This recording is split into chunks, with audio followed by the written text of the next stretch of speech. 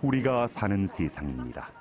따뜻하고 편안하고 익숙한 곳이죠. 하지만 자리에서 일어나 고개를 들면 생각은 어느새 세상 밖으로 향합니다. 우린 정말 우주의 먼지에 불과할까? 우주는 살기 좋은 곳일까? 나쁜 곳일까? 바라보며 상상하는 것도 나쁘지 않죠. 하지만 그곳으로 직접 떠나보는 것은 어떨까요? 우리가 서 있는 이곳에서 우주의 끝까지, 그곳에 감춰진 신비와 전율스런 공포, 찬란한 신세계, 불길한 어둠의 기운,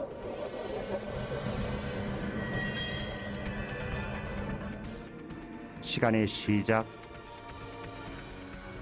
세상의 종말. 끝까지 갈 자신이 있으십니까? 아니면 포기하시겠습니까? 선택은 여러분의 몫입니다.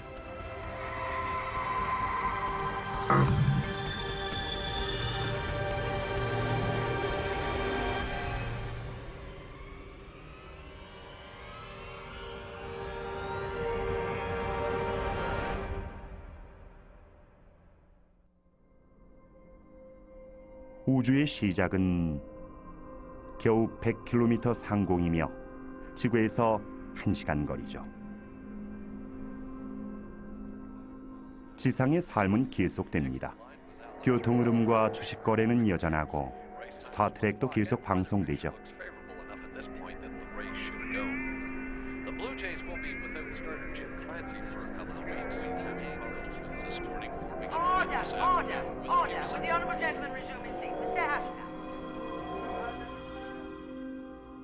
하지만 우린 떠나야 합니다. 저 너머 펼쳐진 거대한 검은 바다로.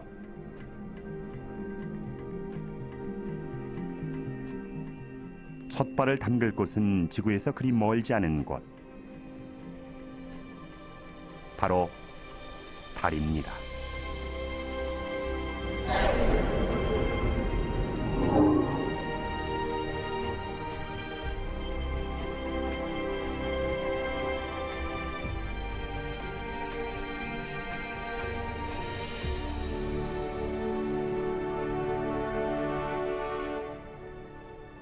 이곳에 다녀간 우주인은 수십 명, 그중 12명이 달에 발을 디뎠죠.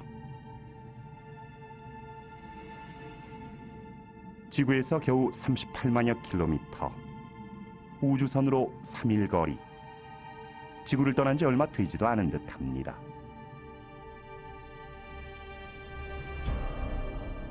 지구가 내다보이는 익숙하고 안전한 곳,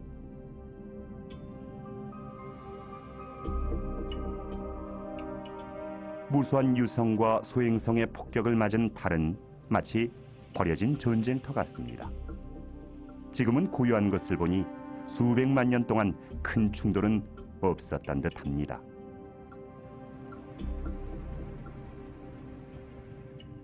아폴로 11호 달 착륙선을 보니 옛 생각이 납니다. 닐 암스트롱이 남긴 최초의 발자국, 흔적을 지울 공기가 없어 갓 찍힌 것처럼 선명합니다. 수백만 년이 지나도 어쩌면 인류가 사라진 뒤에도 그대로일 것입니다.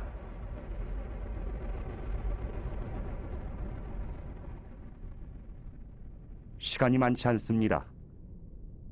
이제 본격적으로 여행을 시작해야죠. 인류의 발길이 닿지 않은 곳까지.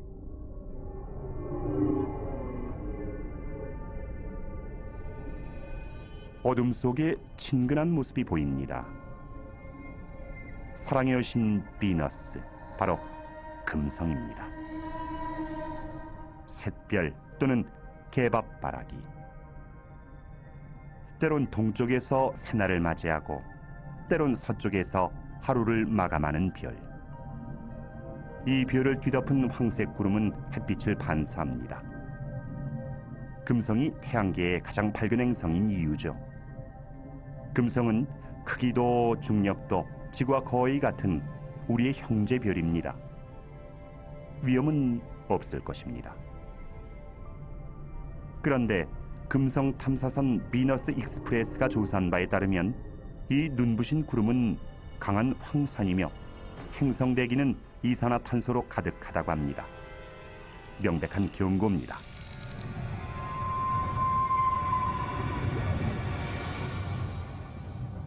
금성은 진노한 여신 같습니다. 숨 막히는 대기, 살인적인 기압, 섭씨 500도 육박하는 뜨거운 대지. 더 있다가는 질식하거나 으스러지거나 문드러지거나 타버릴 것입니다.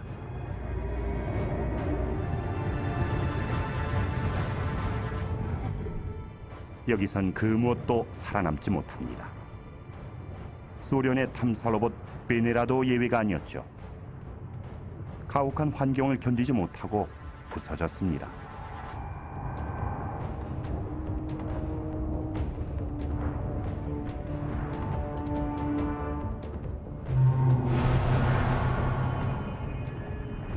지구에서는 그토록 아름답던 여신의 실체는 섬뜩했습니다.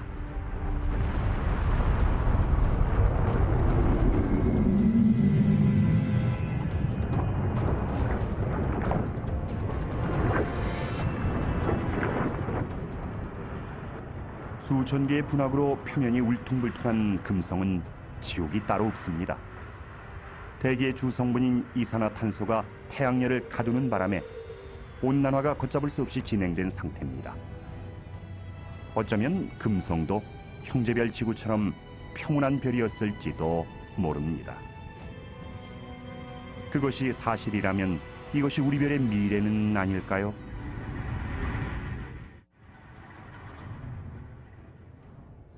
그만 돌아가야 할 것 같은 불길한 느낌이 고개를 듭니다. 하지만 태양엔 묘한 매력이 있습니다. 두려워 감히 쳐다볼 수 없지만 거부할 수 없는 힘으로 우리를 유혹하는 메두사처럼 우린 불 속으로 날아드는 나방입니다. 거대한 태양에 그을린 초란 별, 수성입니다. 태양에 너무 다가간 별은 이렇게 됩니다. 기온이 극과 극을 오가죠. 밤엔 영하 170도까지 내려가는가 하면 한낮엔 400도를 웃돕니다. 타다가 얼다가 표면에 난 상처는 수성의 험난한 과거를 여실히 보여줍니다. 수성 탐사선 메신저우가 뜻밖의 사실을 알려줍니다. 이 행성이 작은 덩치에 비해 중력이 크다는군요. 보기보다 무겁다는 뜻이죠. 얇은 암석층으로 덮인 커다란 쇠공 같은 수성은 지금보다 훨씬 큰 행성의 핵을 보는 듯합니다. 어쩌면 전 우주를 배경으로 한 핀볼 게임에서 떠돌이 비열이 수성과 충돌해 바깥층을 날려버린 것일지도 모릅니다. 궤도를 벗어난 행성들이 마주치는 모든 것을 여지없이 파괴하는 공간. 우린 그 한가운데 던져진 한없이 작고 무력한 존재입니다. 지금이라도 돌아가야 합니다. 하지만 어느 누가 태양의 매혹적인 광채를 보고 등을 돌릴 수 있을까요? 우리의 빛이자 생명. 우린 전적으로 태양에 의지해 태양을 중심으로 살아갑니다. 그뿐이 아닙니다. 태양은 전차를 타고 하늘을 달리는 그리스 신 헬리우스며 매일 아침 부활하는 이집트 신 라며 스톤헨지에서 떠오르는 하지의 태양입니다. 지난 수백만 년 동안 태양은 신의 얼굴에 가장 가까운 존재였습니다. 지구에서 1억 5천만 킬로미터, 비행기로 20년 거리. 태양이 꺼진다 해도 우린 8분 뒤에야 그 사실을 알 만큼 까마득한 거리입니다. 태양은 지구 100만 개를 합친 것보다 큽니다. 또 중력으로 태양계 전체를 움직일 만큼 무겁습니다.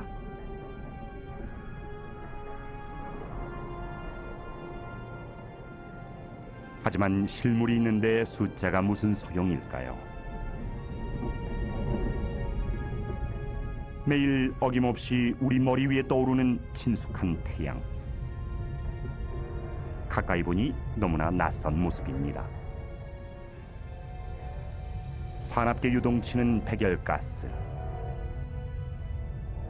그 온도는 무려 5,000도를 넘습니다.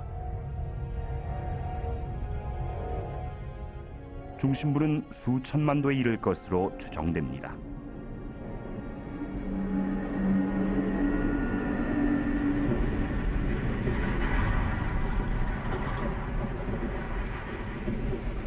이 뜨거운 온도는 핵 반응을 일으키며 초당 수백만 톤에 달하는 물질을 에너지로 바꿉니다. 인류가 생산한 총 에너지보다 많죠. 지구에서 보고 느끼는 빛과 열이 바로 이 에너지입니다.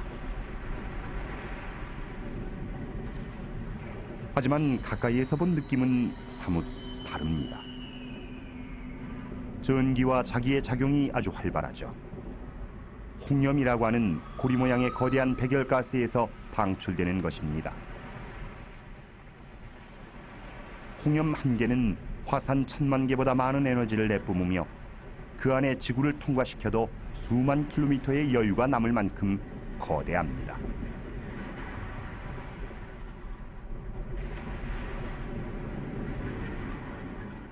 홍염이 솟구친 자리엔 비교적 온도가 낮은 층이 드러나는데 이것이 흑점입니다. 주변 온도보다 조금 낮은 탓에 검어 보이지만 지구에 있는 어떤 물질보다 뜨거우며 크기도 어마어마합니다. 어떤 것은 지름이 5만 킬로미터를 넘는 것도 있습니다. 플레어입니다. 전할 띤 고온의 가스가 분출하면서 강한 방사선을 내뿜는 현상이죠.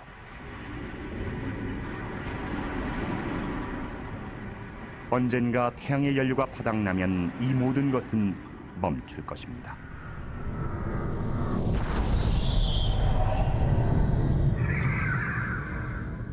태양이 죽으면 지구의 운명도 끝입니다.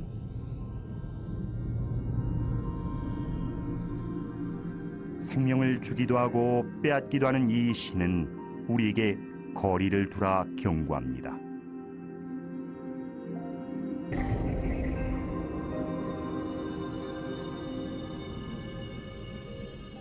길 잃은 혜성이 너무 가까이 왔군요. 태양열을 받아 증발하면서 수백만 킬로미터나 되는 긴 꼬리를 만들고 있습니다.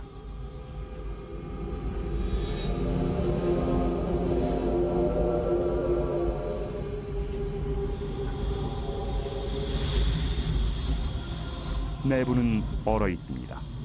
태양계 밖을 떠도는 얼어붙은 천체에서 떨어져 나온 게 분명합니다.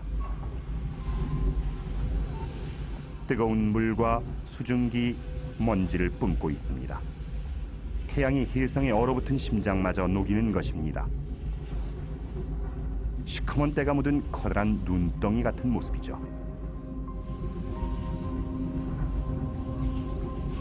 이 작은 티끌들은 유기물 같습니다. 언제부터 얼음에 갇혀 있었는지는 알 수 없습니다. 아마 태양계가 생길 때부터였는지도 모르죠.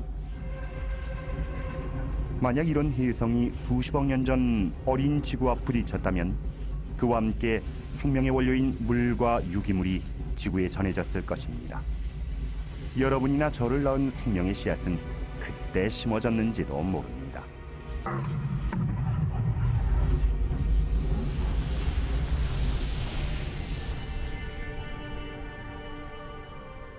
이것이 지금 지구에 떨어진다면 어떨까요?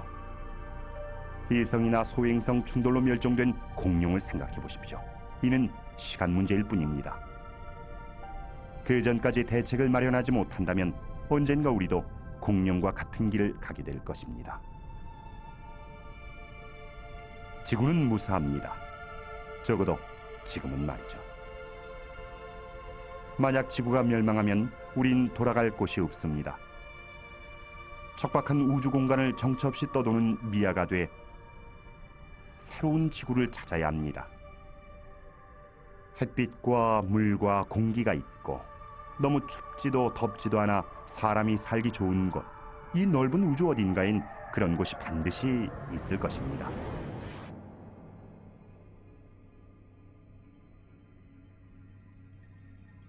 붉은 행성, 화성입니다. 우린 수백 년 동안 화성에서 생명의 흔적을 찾았습니다.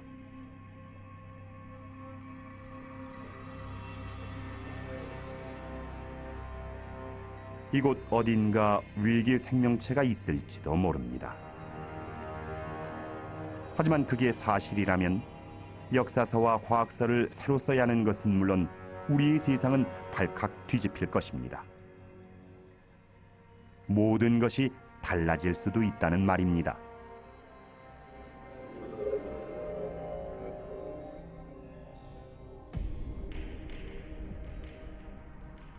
화성만큼 우리의 상상을 자극하는 행성도 없습니다.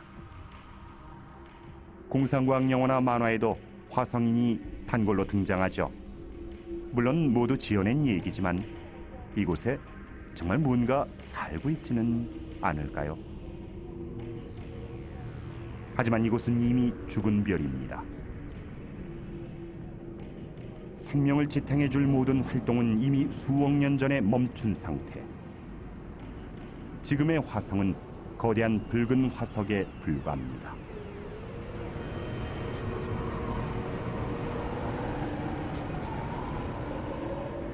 뭔가 움직입니다. 지구에서 본 어떤 토네이도보다 큰 초대형 회오리 바람입니다. 바람이 분다는 것은 다시 말해 공기가 있다는 뜻이고, 공기가 있다는 것은 생명체가 살 수 있다는 뜻이죠. 하지만 사람이 숨쉬기엔 너무 희박하고 이산화탄소도 너무 많습니다. 태양의 자외선을 걸러줄 장치도 없습니다. 게다가 기온은 영하 80도까지 떨어져서 지표와 극지방의 물은 물론 대기 중 수증기까지 얼어 눈이 됐습니다.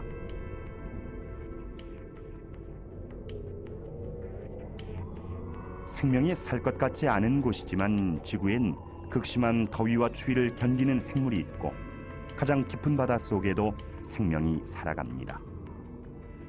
생명이 바이러스처럼 적응하고 번식하는 존재라면 지금 우린 생명 바이러스를 우주에 퍼뜨리고 있는 것일지도 모릅니다. 생명은 아무리 혹독한 조건에서도 살 길을 찾곤 합니다. 하지만 이곳은 죽은 별, 토양의 광물질 등의 영양분을 공급할 지질 활동이 전혀 없고 얼어붙은 물을 녹일 열도 없으며 보이는 것이라곤 짙게 깔린 먼지구름뿐입니다.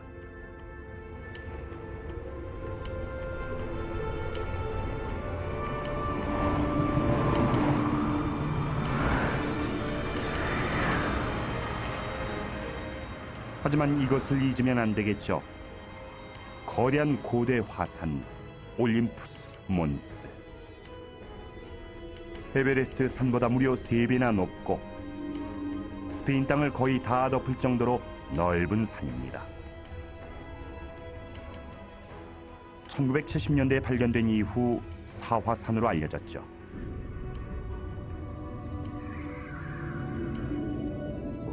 산 비탈에 이상한 흔적이 보입니다. 용암이 흘렀던 자국 같습니다. 하지만 용암류는 운석 충돌과 함께 사라진 지 오래죠. 물론 이 화산이 정말 죽었다면 말입니다. 그게 아니라면 지금도 이 밑에 마그마가 있을지도 모릅니다. 그렇다면 얘기가 달라지죠. 화산 활동은 땅속에 얼어붙은 물을 녹이고 광물질과 영양소를 순환시킵니다. 생존에 필요한 조건이 마련되는 것이죠.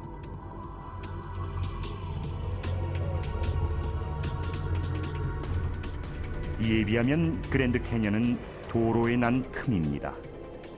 끝도 없이 펼쳐진 이 협곡은 북아메리카 대륙 전체를 가로지를 듯합니다.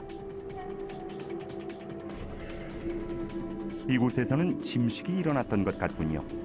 협곡 바닥엔 강이 마른 듯한 흔적도 보입니다. 화산 활동으로 녹아내린 땅속 얼음이 이 거대한 협곡을 따라 흘렀는지도 모르죠. 이런 활동은 지금도 얼음을 녹일 수 있고 물을 만들 수 있습니다. 물이 있는 곳이라면 생물도 살 수 있죠. 이곳에 물이 흐른다면 살아있는 생물이 있을 가능성도 있습니다. 적막한 풍경 사이로 움직이는 것은 미국의 탐사 로봇 오퍼튜니티 호입니다. 이 황량한 벌판이 먼 옛날 생명체가 살던 호수나 바다였다는 증거를 찾고 있는 것이죠.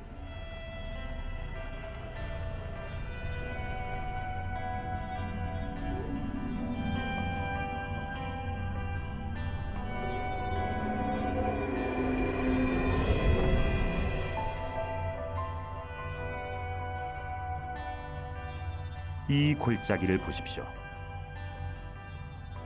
화성 탐사선은 이 위를 지나갈 때마다 새로운 골짜기를 발견합니다. 화성이 생동하고 있다는 또 다른 증거죠. 골짜기를 만드는 것이 이 밑에 흐르는 물이라면 그 물에 생명체가 살 수도 있다는 뜻이니까요.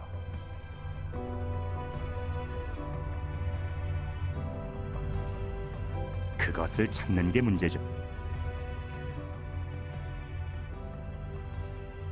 어쩌면 그것은 화성이 아닌 지구에 있는지도 모릅니다. 지구의 생명체가 여기서 비롯됐다는 학설이 있습니다. 화성이 소행성과 충돌하면서 미생물이 풍부한 화성 파편이 우주로 떨어져 나와 어린 지구에 떨어졌고 그곳에 생명의 씨앗을 심었다는 설이죠. 우리가 화성에 이토록 이끌리는 것도 인류의 고향이기 때문은 아닐까요? 그렇다면 우린 모두 화성인인 셈입니다.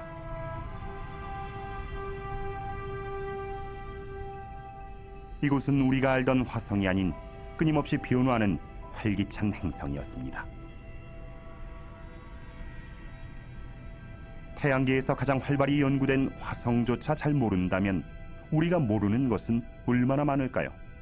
우주엔 더 많은 비밀이 숨어 있을 것입니다.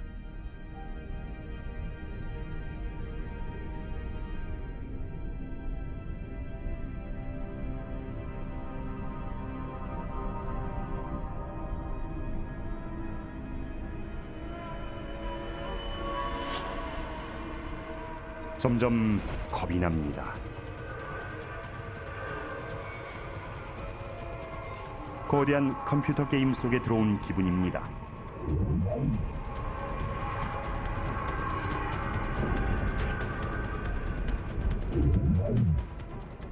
하지만 너무 생생합니다. 지름이 수백 킬로미터에 달하는 소행성도 있습니다. 이것은 길이 30km쯤 되겠군요. 그런데 위에 뭔가 있습니다. 우주 탐사선입니다. 시속 8만 킬로미터로 움직이는 소행성에 내리기란 쉽지 않은 일이죠. 주기적으로 충돌하고 부서지며 별똥별이 돼 지구로 떨어지는 바위 덩어리. 이것을 연구하려면 많은 노력이 필요합니다. 신비한 상징, 초자연적 징조, 그뿐이 아닙니다. 이런 바위 덩어리가 모여 우리가 사는 것 같은 행성이 됐다고 하니까요.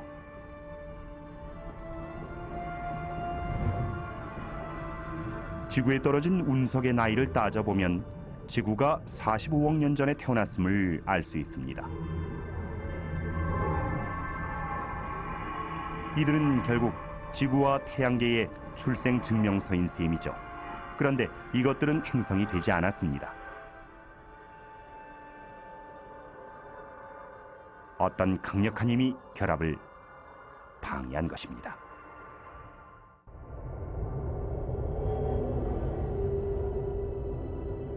목성, 덩치 좀 보십시오. 지구보다 1000배 이상 클 듯합니다.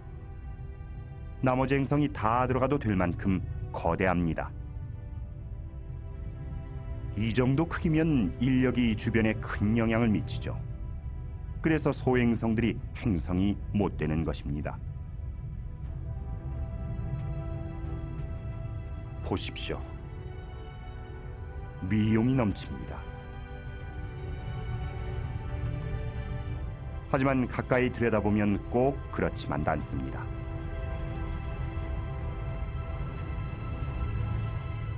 이 거대 행성은 거의 기체로 되어 있습니다. 이곳에 내리면 한없이 빠져들어가 지면에 닿지 못할 수도 있습니다. 또한 목성의 수려한 외관은 격렬한 운동의 결과입니다. 행성이 맹렬한 속도로 자전하면서 시속 수백 킬로미터의 바람을 일으키고 이것이 줄무늬와 소용돌이, 휘우리 구름을 만들어내는 것이죠. 그리고 이것은 그 유명한 목성의 대적점, 태양계에서 가장 크고 사나운 폭풍이죠. 지구의 3배가 넘는 큰 폭풍이 300년 이상 몰아치고 있는 것입니다. 휘몰아치는 이 구름은 뇌우를 일으킵니다. 지구에 치는 번개보다 10,000배나 강력한 것이죠.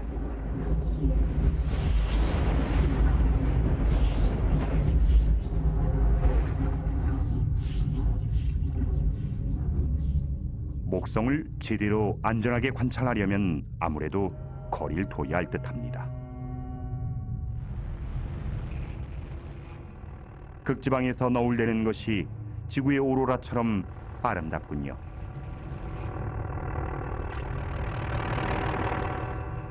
그런데 가이거 계수기가 미친 듯이 돌아갑니다.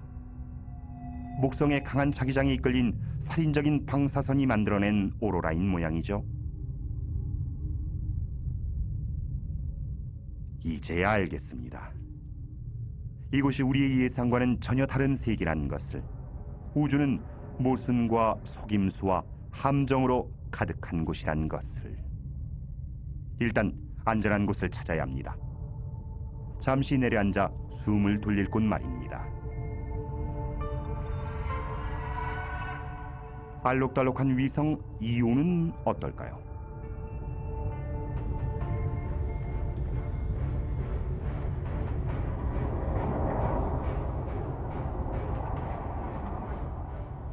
울긋불긋한 색의 정체는 녹아내린 바위와 유황, 화산, 뜨거운 화산재와 유황이 수백 킬로미터 위로 치솟고 있습니다. 안전하긴커녕 태양에 버금가는 위험천만한 곳입니다. 우주의 끝으로 가는 우리의 여정은 어느새 생존 싸움이 돼버렸습니다. 하지만 이 모든 위험이 지나면 진정 경이로운 광경이 우리를 기다리고 있을 것입니다.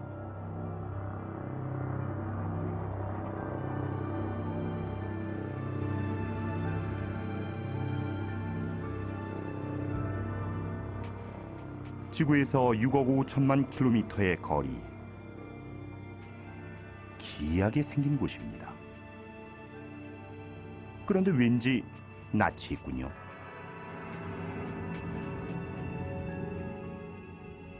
얼음으로 뒤덮인 갈라진 땅이 북극을 보는 듯합니다.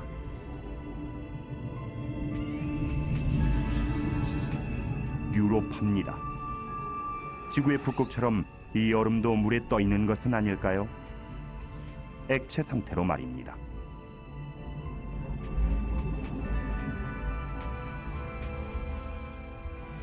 흥미로운 이야기죠. 하지만 태양에서 8억 킬로미터 떨어진 유로파가 꽁꽁 얼지 않았을 리 없습니다.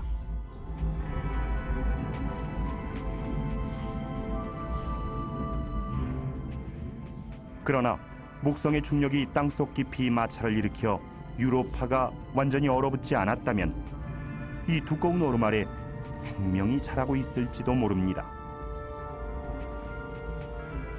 만약 이 안에 미생물과 갑각류, 오징어들이 사는 거대한 생태계가 있다면 우린 이 얼음층을 사이에 두고 외계 생명체와 마주하고 있는 것입니다. 하지만 우주선을 보내 얼음을 뚫지 않는 한 유로파는 태양계 불가 사이로 남아있을 것입니다.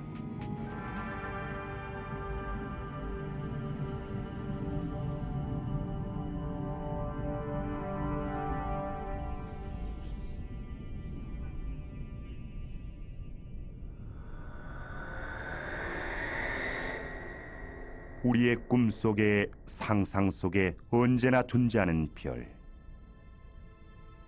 그 별이 지금 우리 눈앞에 있습니다.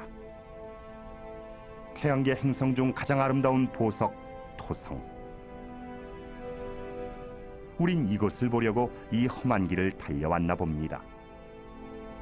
토성엔 신비한 무언가가 있습니다. 거대한 기체 덩어리인 토성은 물에 뜰 정도로 가볍습니다. 토성의 고리는 지구에서 달의 거리만큼 넓게 퍼져 있지만 두께는 몇백 미터에 불과합니다. 토성 탐사선 카시니호에 희미한 전파가 잡힙니다. 토성의 극지방 오로라에서 나오는 듯합니다. 이것이야말로 별의 노래 아닐까요? 카시니호의 조사에 따르면 이 고리는 토성의 중력에 부서진 위성의 잔해일 것이라고 합니다. 이 다시 없는 장관은 파멸의 흔적이었습니다.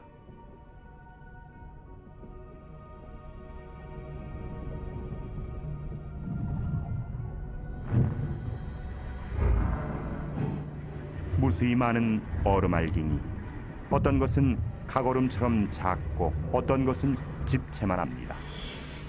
서로 부딪히고 떨어져 나가고 다시 뭉치고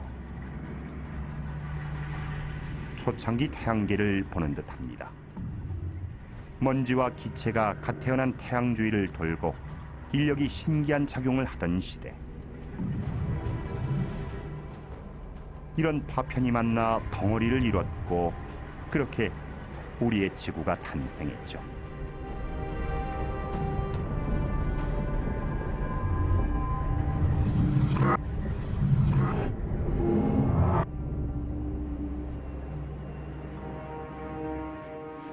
토성의 아름다운 자태에 넋을 놓고 있을 수만은 없습니다. 이제 그만 눈을 돌려야 합니다. 아직도 갈 길이 멀고 배울 것도 많으니까요. 그런데 눈앞에 보이는 가장 큰 물체가 발길을 붙잡습니다. 짙은 구름에 둘러싸인 위성 타이탄입니다.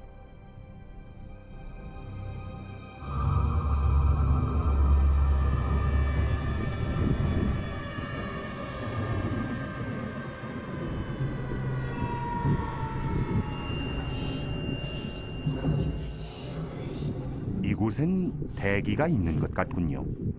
바람과 비, 계절까지 있습니다. 강과 호수, 바다도 보입니다. 지금까지 본 천체 중 지구와 가장 비슷합니다. 토성에 머물지 않길 잘했다는 생각이 드는군요. 그런데 이것은 물이 아니라 액체 천연가스입니다. 지구 전체의 석유와 가스 매장량의 수백 배는 될 것으로 추정됩니다. 가져갈 수만 있다면 지구의 모든 도시와 자동차가 수천 년 동안 쓸 수 있는 양이죠. 어쩌면 먼 훗날 이곳에 정착한 지구인들이 쓰게 될지도 모르겠군요. 타이탄이 주인 없는 별이라면 말이죠. 그것을 알아보고자 카시니호의 위성 탐사선 하위 헌스가 타이탄에 착륙했습니다. 그리고 토양에서 유기물의 존재를 확인했죠. 하지만 이곳의 기온은 영하 180도. 생명체가 되기엔 불가능한 조건입니다. 타이탄이 더워진다면 모르지만요. 태양은 점점 뜨거워질 것입니다. 그렇게 되면 수십억 년 전 지구에서 그랬듯 이곳에도 수많은 생명이 싹틀 것입니다. 지구가 너무 뜨거워지면 우린 타이탄에 정착할지도 모릅니다. 그때는 이 머나먼 별이 인류의 고향이 되겠죠.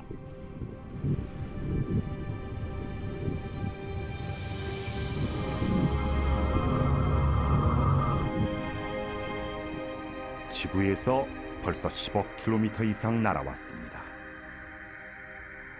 여기서부터 지구는 우리 시야를 벗어납니다. 지금 우린 절벽 끝에 서서 태양계 외곽의 신비한 세계를 바라보고 있습니다. 우리가 진정 우주를 이해하고 그 끝을 보고자 한다면 여길 넘어야 합니다.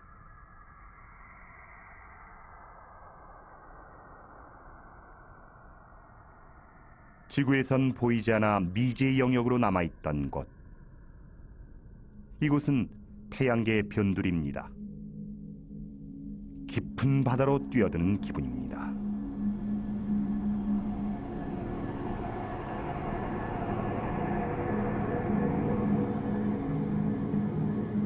저 고리를 보십시오. 천왕성은 마치 떠돌이별에 부딪혀 넘어진 듯 자전축이 기울어진 모습입니다.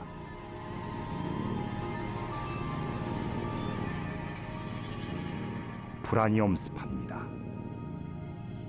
벌써 자신이 없어지고 쓸쓸하기만 합니다. 우주의 끝에 가도 이런 기분이 들 것만 같습니다.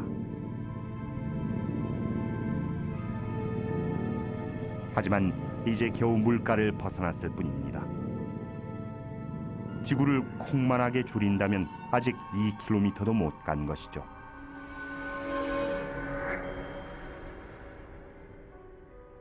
태양계 끝까지 가려면 아직도 2만 km를 더 가야 합니다.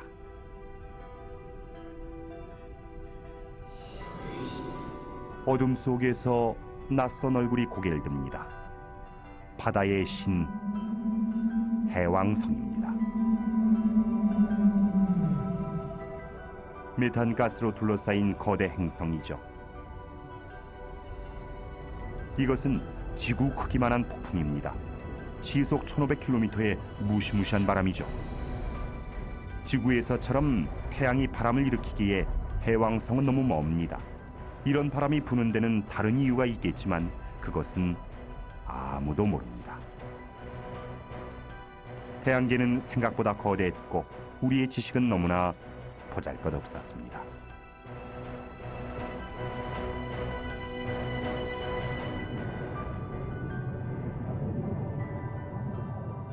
발을 디딜 만한 곳을 찾아 좀 더 깊이 들어갑니다. 드디어 가스 덩어리가 아닌 단단한 위성을 찾았습니다. 트리톤입니다. 단단하긴 한데 불안해 보입니다. 간헐천입니다. 수상한 검댕을 뿜어내는 우주 굴뚝이죠. 이 위성은 해왕성의 자전 방향과 반대로 공전합니다. 이 성난 위성은 결코 이길 수 없는 별들의 힘겨루기라 할 수 있죠. 해왕성은 엄청난 중력으로 트리톤을 잡아당겨 속도를 늦추고 있습니다.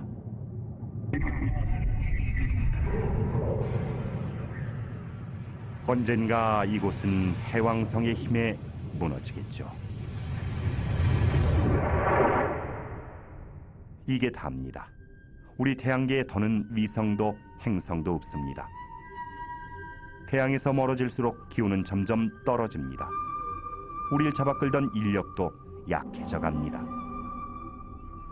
그런데 보십시오. 텅 빈 공간이 아니라 얼어붙은 바위 천지입니다. 얼음 성도 있습니다. 명왕성이군요. 얼마 전까지 명왕성은 외톨이 별이고 그 뒤엔 아무것도 없는 줄 알았습니다.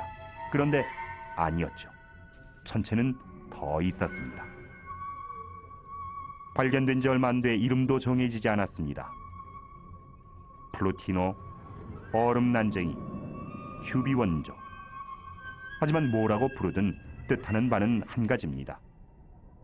태양계가 우리 생각처럼 단순하지 않다는 것이죠. 지구에서 130억여 킬로미터, 태양 주변을 도는 천체 중 현재까지 관측된 가장 먼 천체, 2003년에 발견된 작은 얼음성 세드나.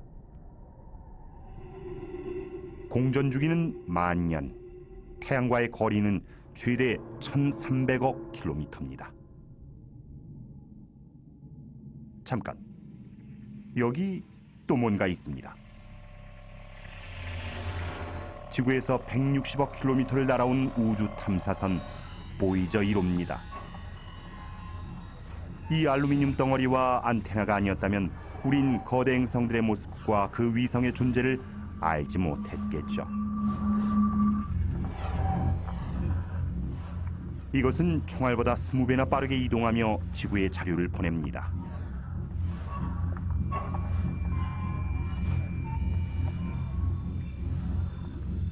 옆에 보이는 금색 레코드판은 먼 우주에 띄워보내는 병에 담긴 편지입니다. 여러 가지 언어로 인사말이 녹음돼 있죠.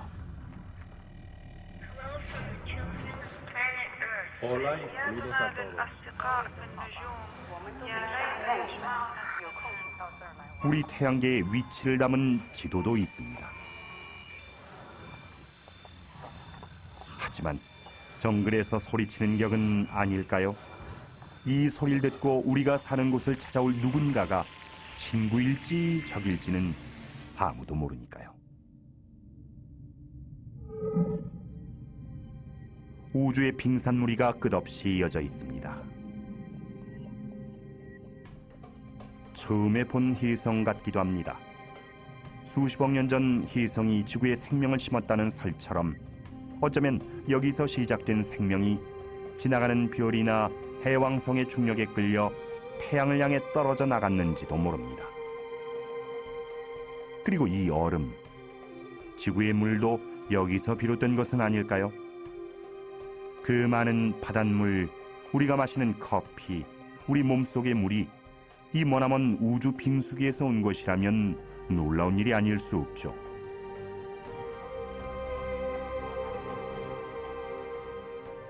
지구에서 800만의 100만 배인 8조 킬로미터 거리. 하지만 이제 걸음을 뗀 것에 불과합니다. 우린 앞으로 몇 조 킬로미터를 더 가야 하니까요. 돌아보는 것은 여기까지. 이제 더 먼 곳으로 나갈 때입니다. 저 앞에 펼쳐진 드넓은 우주, 성간 공간으로.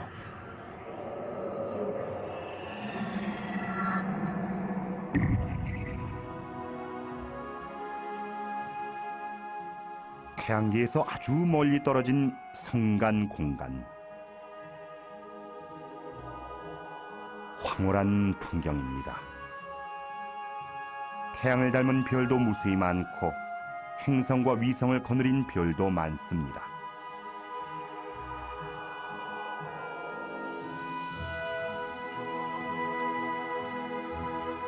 어디로 가야 할지 모르겠군요. 사방에 무한한 가능성이 펼쳐져 있습니다. 어느 쪽으로 가든 속도를 한껏 올려야 할 것 같습니다.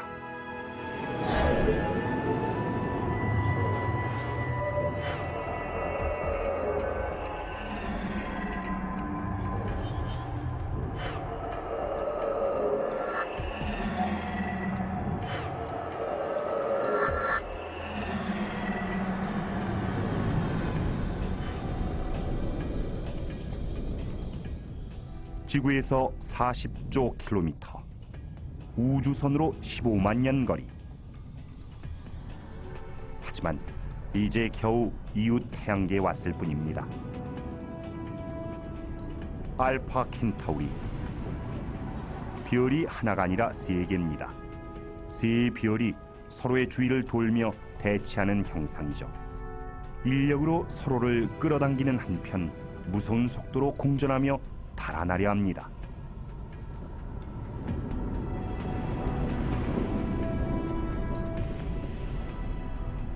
이 사이에 끼이는 순간 우린 어느 한 별에 끌려 들어가겠죠.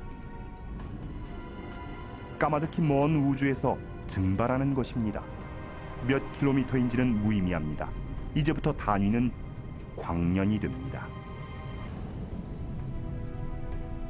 한 줄기 빛은 1년 동안 10조 킬로미터를 갑니다. 따라서 40조 킬로미터는 지구에서 4광년 거리죠. 머리가 어지럽군요. 얼마나 먼 거리인지 짐작하기도 어렵습니다. 그래도 가슴이 뜁니다. 저 너머엔 어떤 세계가 기다릴까요? 우주의 끝에 가면, 갈 수 있다면 과연 무엇을 만나게 될까요?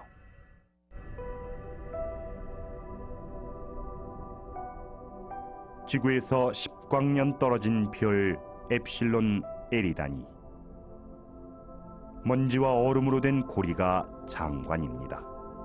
지금도 저곳 어딘가에서 얼음과 바위 덩어리로 된 행성이 태어나고 있겠죠.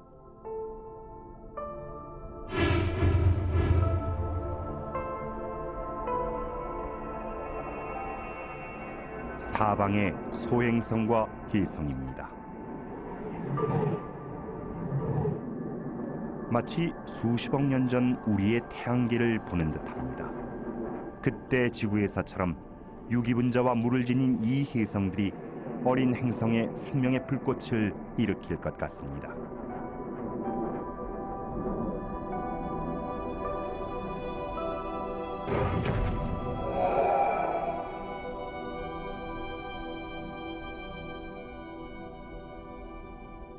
이 모든 것의 중심에 있는 별은 우리의 태양보다 작습니다. 태어난 지 얼마 안 된 별이죠. 이 태양계의 생명은 기껏해야 원시 생명체일 것입니다.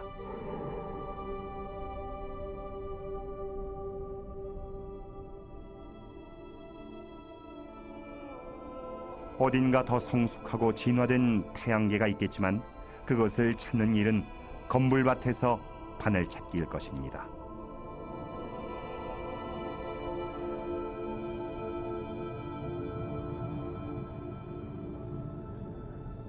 지구에서 20광년 거리,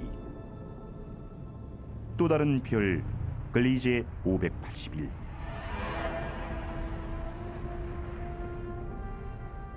우리의 태양과 비슷한 나이입니다.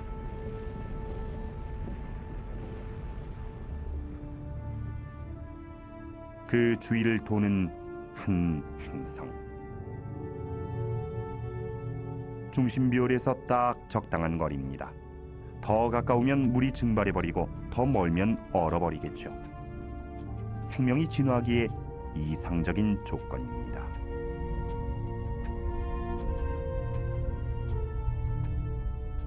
만약 혜성이 이 행성과 충돌해 물과 유기물을 퍼뜨렸다면 이곳에도 우리처럼 복잡한 생명체가 발생했을 수 있고 우리와 같은 문명 세계를 이루었을 수도 있습니다. 그렇다면 지금쯤 이 행성에서 지구의 TV 신호를 수신해 우리의 20년 전 방송을 보고 있을지도 모르죠.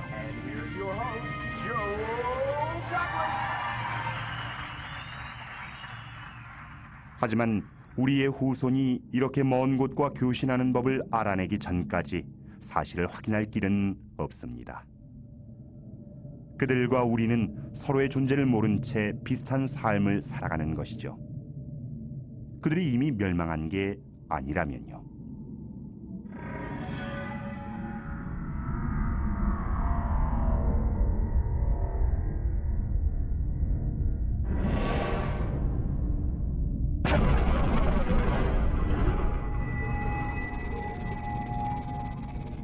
혜성의 문제는 이겁니다.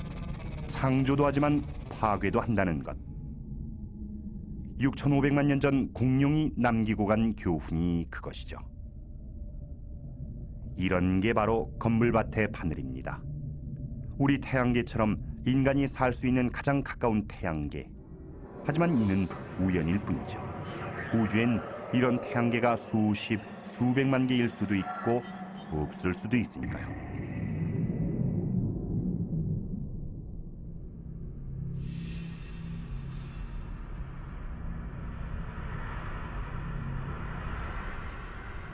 엄청난 크기군요. 자세히 보니 벨레로폰이라는 행성입니다.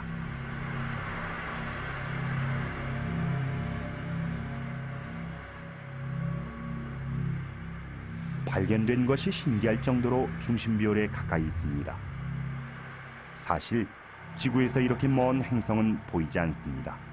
눈부신 이웃비열의 빛에 가리기 때문이죠. 하지만 이들 행성도 미약하나마 이웃비열을 끌어당기는데 그런 미세한 움직임을 측정하면 몇 조 킬로미터 떨어진 행성의 존재를 밝힐 수 있습니다. 1990년 벨레로폰은 그렇게 나타났습니다. 그리고 우린 까마득히 먼 수백 개의 행성을 발견할 수 있게 됐죠.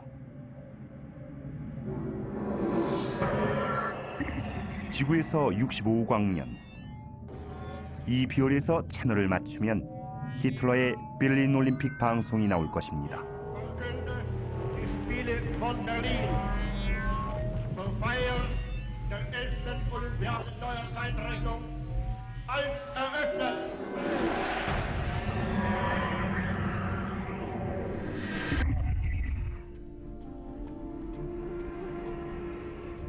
쌍둥이 별, 악마의 별 알골입니다. 불길한 변화 때문에 옛날 사람들이 두려워하던 별이죠. 두 별이 겹칠 때마다 지구에선 별이 깜빡이는 것처럼 보입니다. 가까이 보면 더 이상합니다. 한 별이 다른 별의 인력권 안으로 팽창해 점점 끌려 들어가고 있습니다. 지구에서 100광년 가까이 떨어진 곳, 여기서 귀를 기울이면 최초의 라디오 방송이 희미하게 들립니다.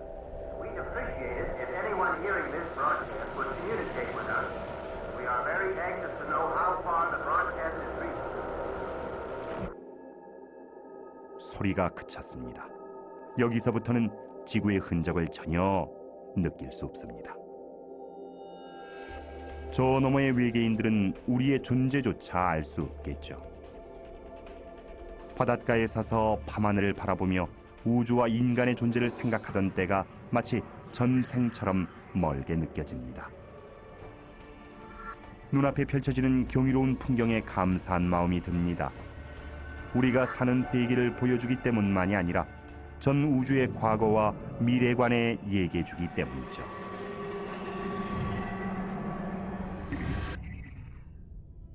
은하수가 펼쳐져 있는 우리 은하계, 별 하나하나가 이야기책인 거대한 천체 도서관이죠. 우리가 책장을 넘겨주길 기다리는 듯합니다. 고대 그리스의 신 아틀라스의 딸들인 7잠의 별, 하늘을 어깨에 짊어지게 된 아버지를 위로하려 별이 됐다는 전설이죠.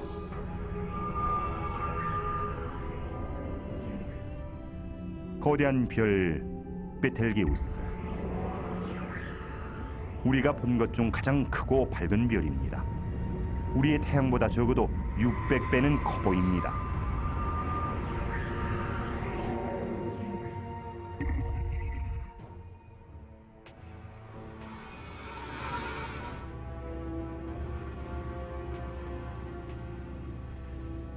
그런데 이것은 별이 아니군요.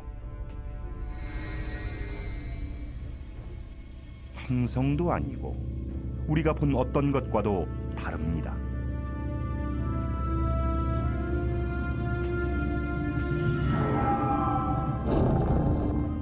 지구에서 1300광년 이상 떨어진 흐릿한 유령 같은 천체, 오리온자리 암흑성운입니다. 앞이 안 보이는 자욱한 먼지와 가스에 둘러싸여 사방이 가로막힌 느낌입니다. 더 깊이 들어가자 둥근 빛이 나타납니다. 이 빛에 끌려 들어간 먼지와 기체는 점점 뜨거워지고 결국 불타는 가스 덩어리에 녹아듭니다. 마치 우리의 태양을 축소한 듯한 작은 별입니다. 내본도는 수백만 도, 핵반응이 시작될 정도로 뜨겁습니다. 우리의 태양이 방대한 복사 에너지를 방출하며 계속 빛날 수 있는 힘의 원천이죠. 이것이 별의 탄생입니다.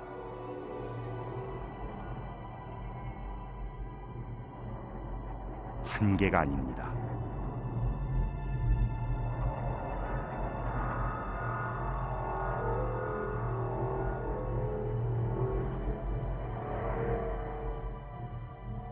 오리온자리 암흑성운은 거대한 별 생산 공장이었습니다. 우주의 미래가 시작되는 현장이죠.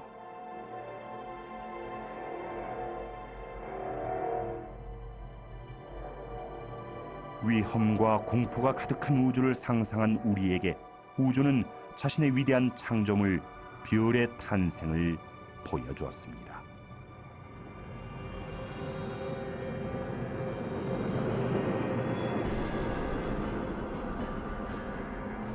안심하긴 이른 걸까요?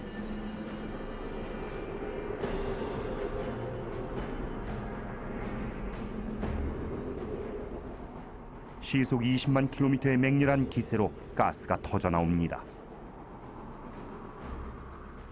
먼지와 가스 기둥이 끝없이 솟구칩니다.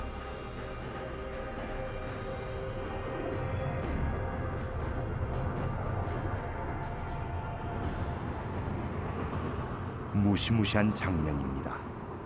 그런데 결과를 보니 말문이 막힙니다. 커다랗게 빛나는 가스 구름이 우주에 드리워져 있습니다. 성운입니다. 이곳엔 바람이 없어 흩어지려면 몇 천 년은 걸릴 것입니다. 마치 거대한 별 조각상 같습니다.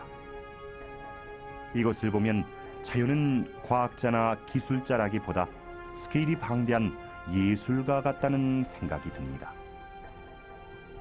지금껏 신기한 것을 많이 봐왔지만 압권은 역시 이것입니다. 앞다리를 치켜든 거대한 말의 머리.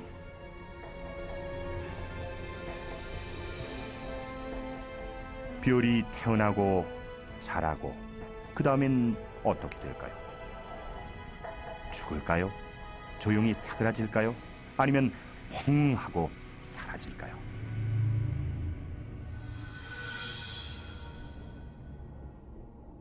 이곳에서부터 우주의 끝 어딘가에 그 답이 있습니다. 4,000광년 정도 더 떨어진 곳, 반짝이는 구름이 별을 에워싸고 있습니다. 한때 우리의 태양처럼 빛나던 별이었죠. 그런데 남은 것은 오색 찬란한 가스뿐. 별 내부의 핵융합으로 생성된 원소들이 별이 죽자 밖으로 나온 것입니다. 녹색과 보라색 기체는 우주를 구성하는 원료인 수소와 헬륨, 붉은색과 푸른색은 지구 생명체의 근본 요소인 질소와 산소입니다. 우리가 살려면 이런 별이 죽어야 합니다. 우리의 폐에 들어있는 산소와 DNA에 들어있는 질소, 모두 지구가 태어나기 한참 전에 죽은 별의 핵융합으로 만들어진 것입니다. 인류는 우주 핵폐기물로 만들어진 존재. 우리의 계보 또한 여기서 시작됩니다.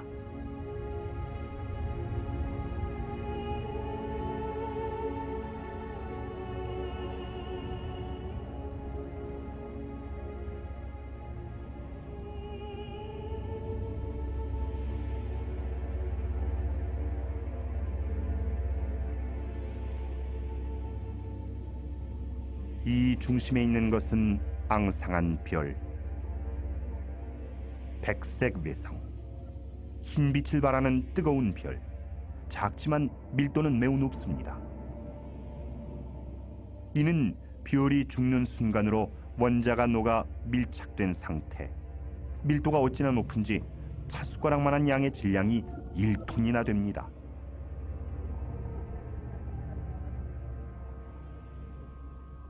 이는 태양의 쓸쓸한 운명을 보여줍니다. 지금으로부터 60억 년 뒤 태양은 백색 외성이 됩니다. 태양의 죽음은 곧 지구의 종말을 의미하죠.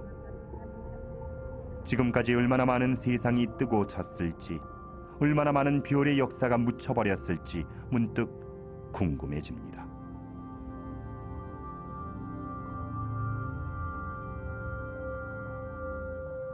하지만 가장 위대한 역사는 남아 있습니다. 이제 우린 시간을 거슬러 올라갈 것입니다. 우주의 모든 이야기가 시작되는 첫 번째 장으로.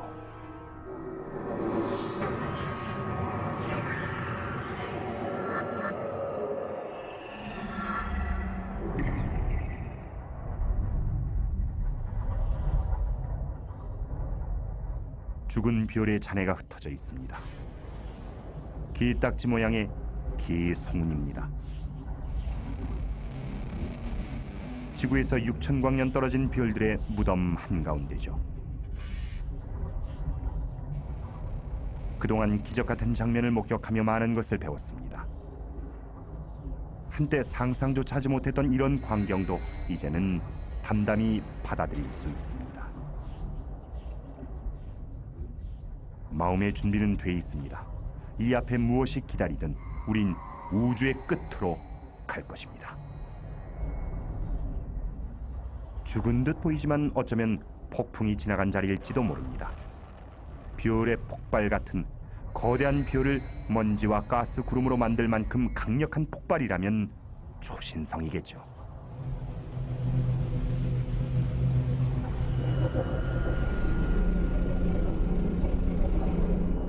폭풍의 눈입니다. 맥동하며 자전하는 별 펄서.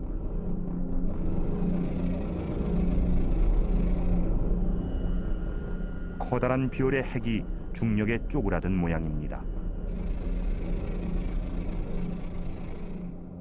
지름은 겨우 20km지만 밀도는 상상을 초월하죠. 핀끝만한 양이 많으면 수백만 톤은 될 것입니다. 피겨스케이팅 선수가 제자리에서 돌면서 팔을 안으로 모으듯 이 별도 부피가 줄수록 회전이 빨라집니다. 양쪽으로 내쏘는 광선, 에너지, 방사선, 초당 30회의 고속 회전, 거대한 먼지와 가스구름. 펄서가 내뿜는 방사선의 양은 태양보다 많습니다.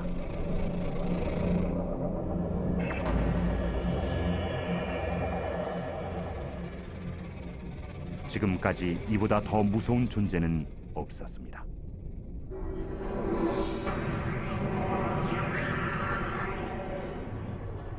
처음에 봤다면 겁에 질렸겠죠. 하지만 이제는 압니다. 모험 없이는 기적도 없다는 것을. 악몽을 두려워하면 꿈꿀 수 없다는 것을.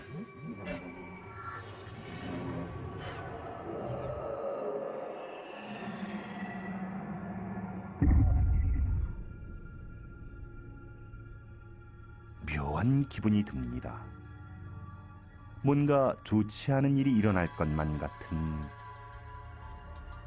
기분 나쁜 느낌입니다. 절대 마주치고 싶지 않았던 그것. 뒤에 있는 별빛마저 새나오지 못하는 지독한 암흑. 우린 종말의 모습을 보고 있습니다. 거대한 별의 시체. 블랙홀입니다. 이 별은 백색 외성이나 펄서가 되지 않았습니다. 대신 계속 줄어들었죠. 수축을 거듭한 끝에 지름은 겨우 몇 킬로미터로 줄었습니다. 밀도가 펄서보다 훨씬 큰 가공할 천체가 된 것이죠.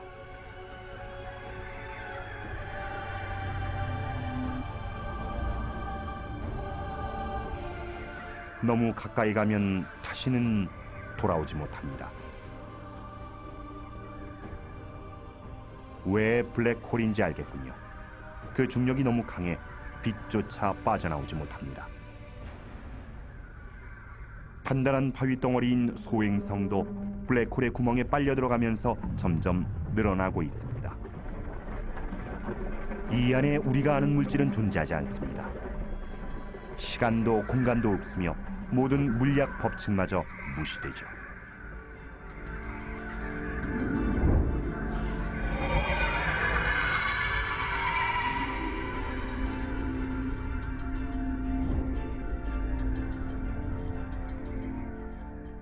소행성은 사라졌습니다.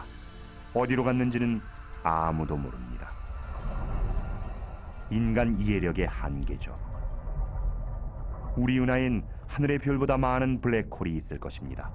하지만 우린 볼 수 없겠죠. 그 순간 모든 것이 끝날 테니까요.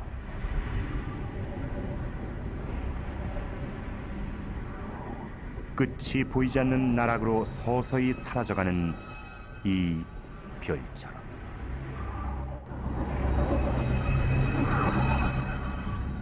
이곳도 거대한 블랙홀 안은 아닐까요? 어쩌면 이 우주 역시 다른 우주의 블랙홀 안인지도 모릅니다. 한참 생각하다 보면 현기증이 납니다. 보면 볼수록 모르는 것만 많아지는 듯합니다. 하지만 우리 은하가 생각보다 훨씬 복잡하고 위험한 것만은 분명합니다. 우린 아직 우리 은하 안에 있습니다. 은하계 너머 광대한 우주는 아직 보지도 못했죠. 온갖 모험과 신비한 비밀이 우리를 기다리고 있습니다. 먼저 이 은하수를 나갈 방법부터 찾아야 합니다.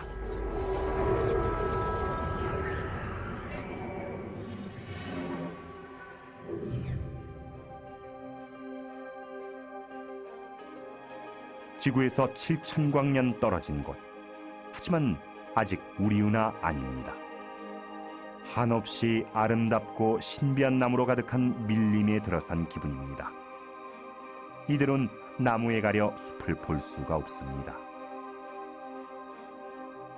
어떻게든 이 숲을 빠져나가 은하계 끝으로 가야 합니다. 그래야 은하계와 우리의 기원을 조금이라도 알 수 있을 테니까요. 하지만 눈앞의 풍경이 발길을 머물게 합니다. 찬란히 빛나는 구름 위로 피어오르는 거대한 먼지 기둥. 이것이 창조의 기둥입니다. 먼 은하계로 통하는 문 같습니다. 양쪽 기둥에 조그만 것들이 박혀 있습니다. 별의 씨앗을 품고 있는 것이죠. 별 하나가 우리의 태양계만 합니다. 자연의 창조력에 또 한 번 고개가 숙여집니다. 하지만 매혹적인 광경에 빠져 언제까지 넋을 잃고 있을 수만은 없습니다. 우린 은하계 끝을 향해 떠나야 합니다.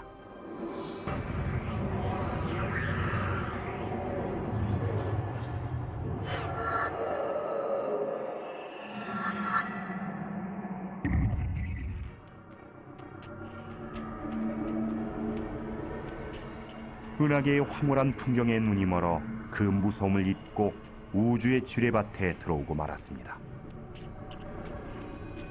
별에서 터져나온 거대한 가스구름이 마치 느린 화면처럼 움직입니다. 우리 태양보다 100만 배는 더 밝은 거대한 별. 그것이 붕괴되고 있습니다. 연료가 떨어진 것입니다. 에너지원이던 핵반응은 서서히 멈추고 별은 마지막 순간을 맞습니다. 결국엔 중심핵이 급격히 무너지고 그곳에서 새로운 블랙홀이 탄생하겠죠.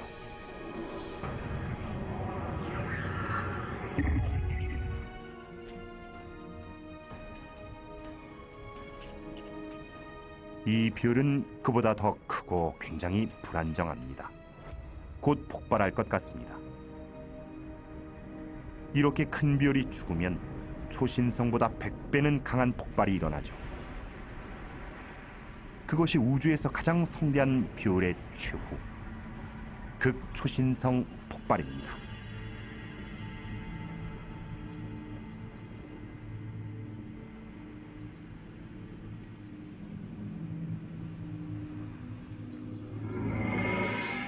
붕괴된 핵은 블랙홀이 됩니다.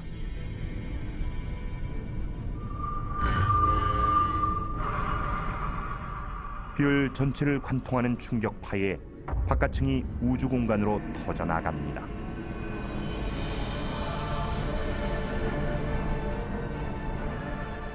치명적인 방사능이 퍼집니다.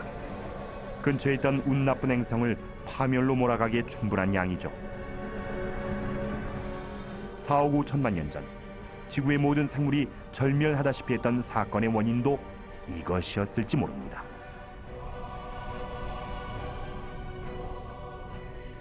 죽음의 극초신성, 얼어붙은 해성, 타버린 행성, 백색 외성, 적색 거성, 지구. 거대한 빛의 연못 속의 작은 물방울. 그것이 우리의 은하계입니다. 우리 별은 어디일까요? 여기 답이 있습니다.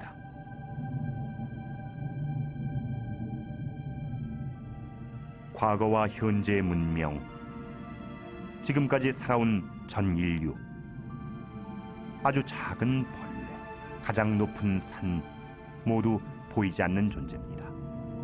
작은 점도 안 됩니다.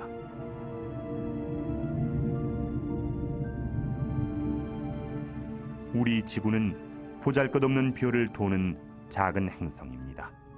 지금 당장 없어진다 한들 티도 안 날 것입니다. 하지만 지금까지 본 곳들은 우리가 살고 싶은 곳도 살 수 있는 곳도 아니었습니다. 지구에서 멀리 떨어진 지금에야 그 가치를 알 것 같습니다.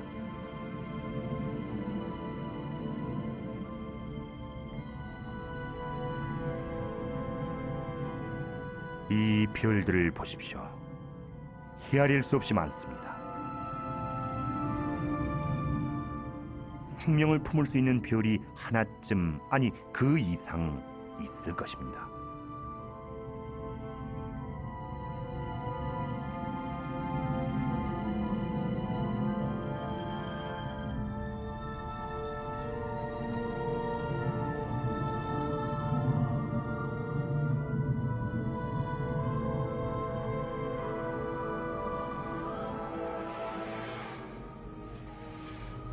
별이 촘촘히 모인 이 대성단이 그곳인지도 모르죠. 1970년대 천문학자들은 우리 DNA의 세부 구조와 태양계 지도가 담긴 메시지를 이쪽으로 보냈습니다. 하지만 이렇게 먼 곳까지 그 메시지가 닿으려면 적어도 2만 5천 년은 걸립니다. 우리가 아직 외계 생명체를 보지 못했다고 해서 우주에 다른 생명이 없다고 단정할 수는 없습니다. 발달된 외계 문명의 수를 추산할 수 있는 방정식이 있습니다. 계산 결과 놀라운 결과가 나왔죠. 우리 은하에만 수백만 개의 문명이 존재할 수 있다는 것이었습니다.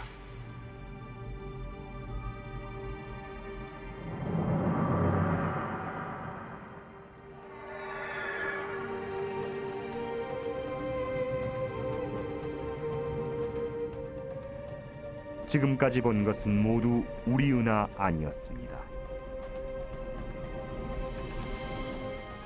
기회는 지금입니다. 이제 다른 은하로 나아가 더 큰 그림을 볼 때입니다. 우주 만물이 어디에서 왔는지도 알 수 있을지 모릅니다. 준비됐습니다. 우리가 사는 태양계와 우리 은하를 떠나 은하간 공간으로 곧 출발할 것입니다.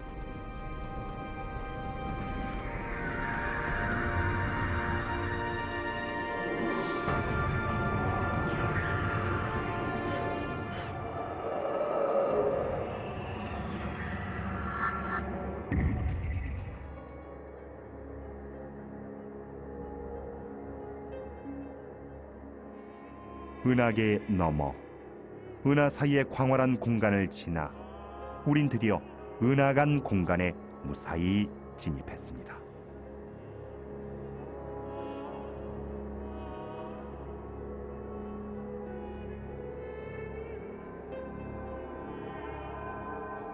이곳엔 시야를 막는 것이 없습니다. 가장 가까운 은하도 수백만 광년이나 떨어져 있으니까요. 우리 은하계의 엄청난 중력에 산산조각난 외부 은하의 잔재, 텅 빈 공간으로 흩어집니다.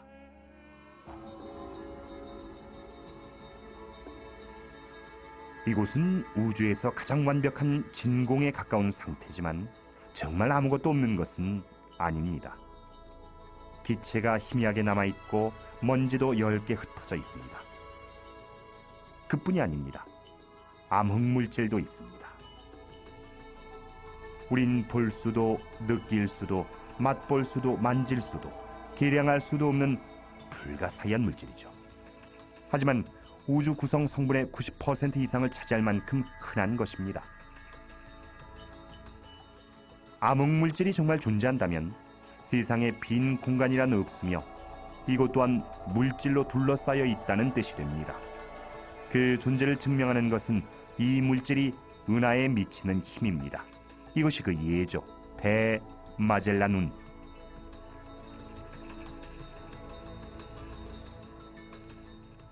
오늘날 가장 빠른 우주선으로 60억 년 이상 걸리는 거리.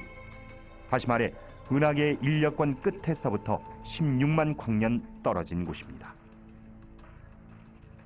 회전하는 은하가 우주로 흩어지지 않는 것은 무언가가 잡고 있다는 뜻이죠. 눈에 보이지 않지만 강력한 암흑물질이 그것입니다. 별, 성단, 성운 모두 거대한 천문학의 보고입니다.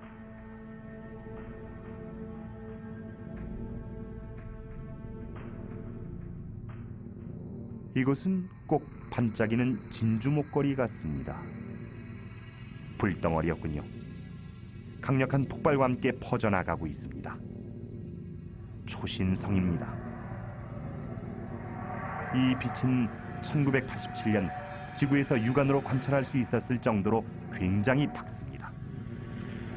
게다가 연쇄 핵반응을 일으킬 만큼 격렬해서 원자를 융합해 새로운 원소를 만들어내죠. 그렇게 생겨난 금, 은, 백금 등의 물질은 우주로 튕겨나갑니다.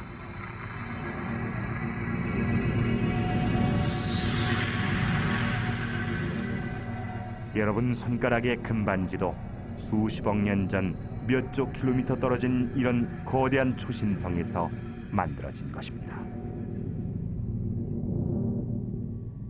지구에서 바라본 우주는 동떨어진 세계였습니다.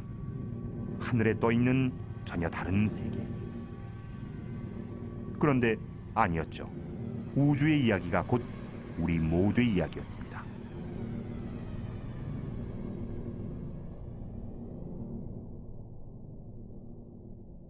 그렇게 생각하니 막막한 바다에서도 용기가 납니다.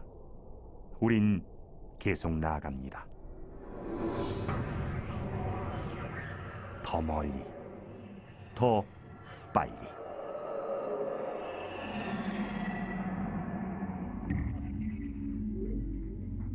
이것은 250만 광년 떨어진 곳에 있는 안드로메다 은하.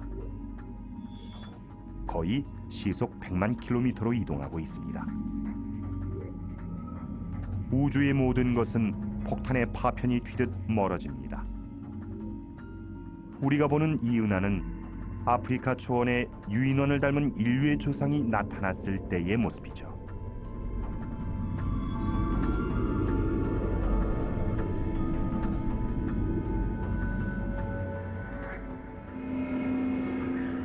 시간을 거슬러 올라가 좀 더 먼 곳으로 갑니다.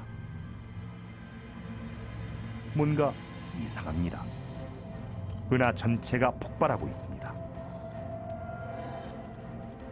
이 정도 대규모 폭발을 일으킬 수 있는 것은 다른 은하밖에 없습니다. 세상의 종말 같습니다. 하지만 여태 본 것으로 보아 그리 단순할 리 없습니다. 이 은하는 죽는 게 아닙니다. 새로운 별과 함께 새로운 모습으로 다시 태어나는 것이죠. 먼지와 가스가 충돌하면 마찰과 충격파가 발생하고 그 힘으로 새 별이 태어날 테니까요.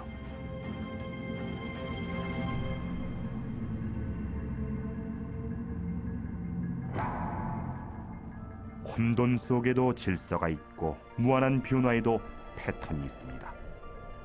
탄생과 죽음, 창조와 파괴라는 끝없는 순환이 그것이죠.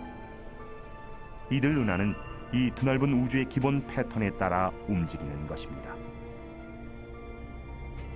우주엔 수십억 개의 은하가 있고 그 안에 수백 수천억 개의 별이 있습니다. 지구에 있는 해변의 모래알을 다 합친 것보다도 많을 수 있습니다. 지금 존재하는 별만 따져도 그렇다는 얘기죠. 우주엔 이미 생을 마친 별도 있고 막 태어나는 별도 있고 태어날 별도 있습니다. 마침내 눈에 들어온 큰 그림은 상상했던 것보다 훨씬 컸습니다. 이 바람개비 은하는 지구에서 굉장히 먼 은하입니다. 지금 지구에서 메시지를 보내면 이곳까지 오는데 2700만 년이나 걸릴 정도죠. 우리 인류 또는 지구가 그 답신을 받을 때까지 존재하기나 할까요? 아마 아닐 것입니다.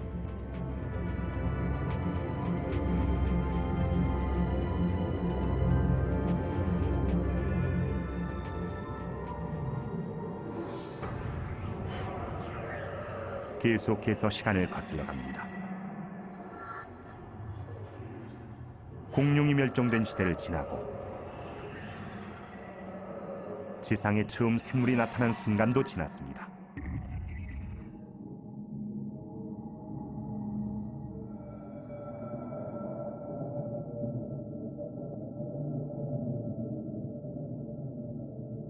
지구에서 20억 광년 거리, 우주의 끝이 다가옵니다. 시간은 거의 처음으로 돌아갑니다. 이것은 은하가 아닙니다. 은하 수백 개를 합친 것보다도 밝습니다. 눈부신 에너지 빔이 몇 조 킬로미터까지 뻗어나갑니다.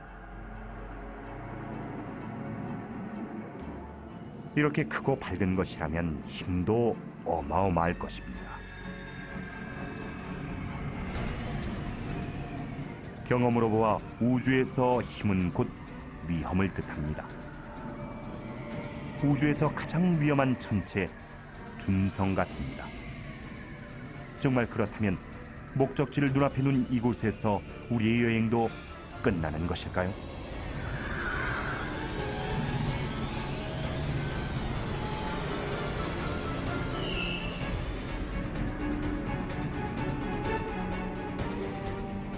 우주에서 가장 강력하고 가장 치명적인 천체, 준성.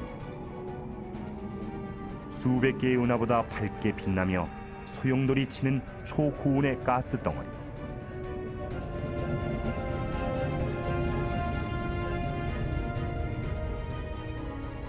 가공한 힘의 원천은 이 거대한 짐승의 심장부에 있습니다. 태양 10억 개의 질량과 맞먹는 어둠의 핵, 초대형 블랙홀이 그것이죠.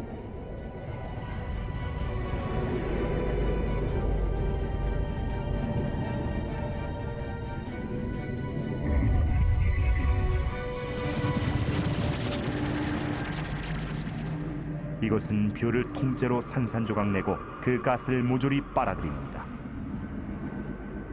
결국 그 별은 우주에서 영원히 자취를 감추게 됩니다.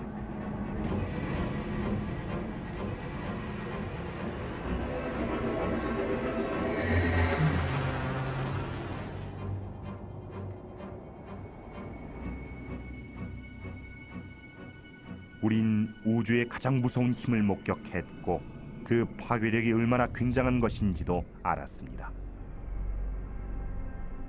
남은 곳은 우주의 끝. 이제 거의 다 왔습니다.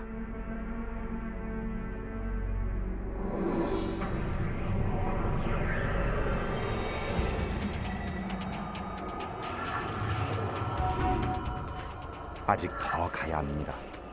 미지의 영역으로 넘어가려면 더 빨리 움직여야 합니다.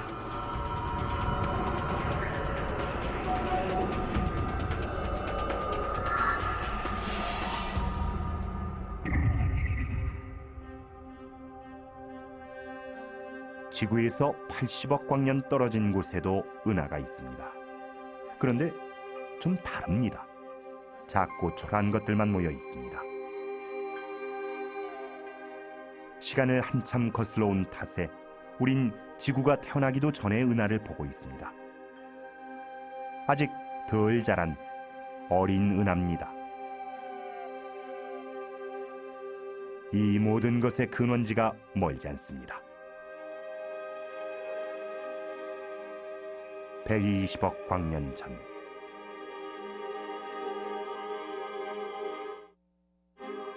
이 은하들을 보십시오. 캄캄한 바닷속을 떠다니는 원시 플랑크톤 같습니다.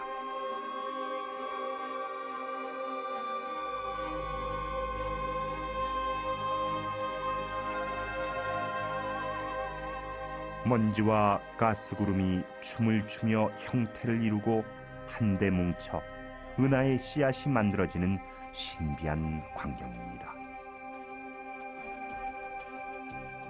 우리 은하도 이렇게 태어났겠죠.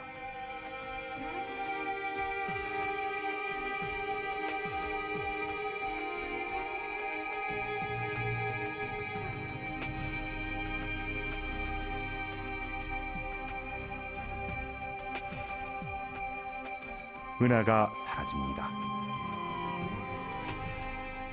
지금은 별조차 태어나기 전 우주의 암흑기입니다. 좀 더 시간을 거슬러 올라가니 빛이 보입니다. 우리가 아는 지금의 우주를 탄생시킨 힘, 대폭발의 잔광입니다.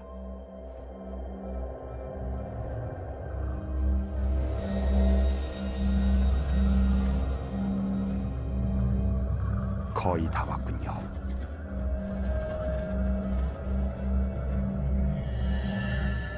여기, 바로 이곳입니다. 우리가 찾던 우주의 끝. 지구에서 1300km 떨어진 곳, 135억 광년 전입니다.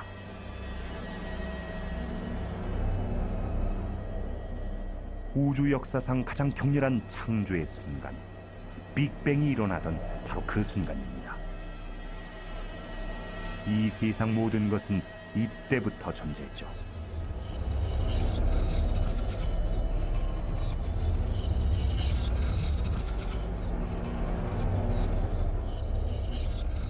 세상의 모든 종교와 문화가 이를 알고자 했습니다. 하지만 이런 창조의 힘이 어디서, 왜 왔는지는 여전히 의문입니다. 우리의 여정은 여기서 끝나지만 우주는 여기서부터 시작입니다.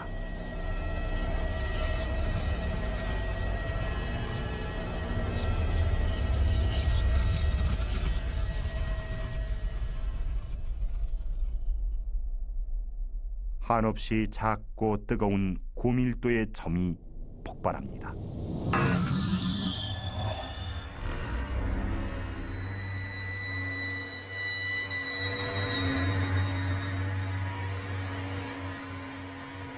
이어서 시간과 공간, 물질, 우리의 우주가 생겨납니다. 처음엔 원자보다 더 작은 입자만 하던 것이 어느 찰나인가 손바닥으로 쥘 수 있을 만큼 커집니다. 그리고 잠시 후 어느새 지구만해집니다.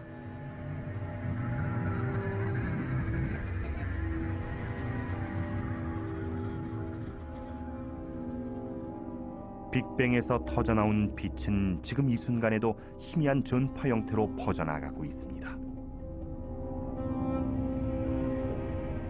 가정의 TV 안테나에도 잡힙니다. 빈 채널에서 나오는 자본이 그것이죠.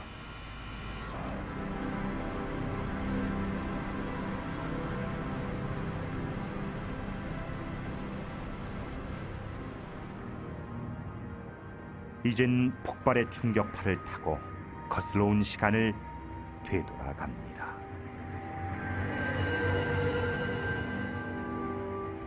그동안 마주친 모든 것들이 빅뱅의 불똥이 돼 날아갑니다.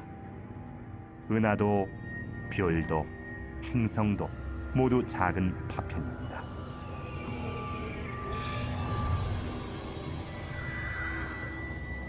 다시 우리 은하계로,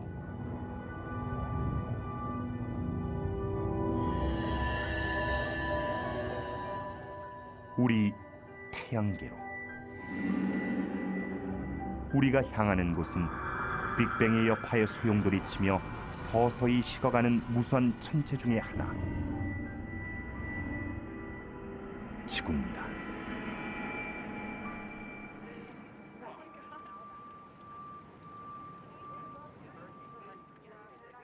우린 과거로 거슬러 올라가 미래를 봤습니다. 30억 년 뒤, 거대한 안드로메다 은하가 우리 은하와 충돌합니다. 새 은하가 탄생합니다. 살아남은 태양과 그 행성들은 새 은하를 도는 커다란 궤도 안으로 던져집니다. 이후 태양은 적색 거성이 돼 수성과 금성을 삼켜버리고, 초토화된 지구에서는 모든 생명이 자취를 감춥니다.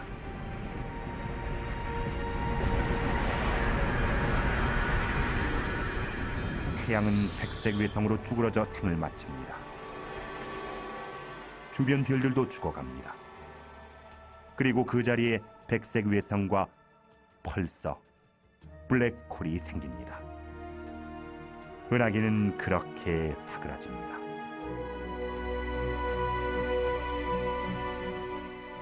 빅뱅 이후 우주는 빛을 잃으며 죽어가고 있습니다. 갑작스런 폭발이 아니라 서서히 멀어지는 불빛처럼.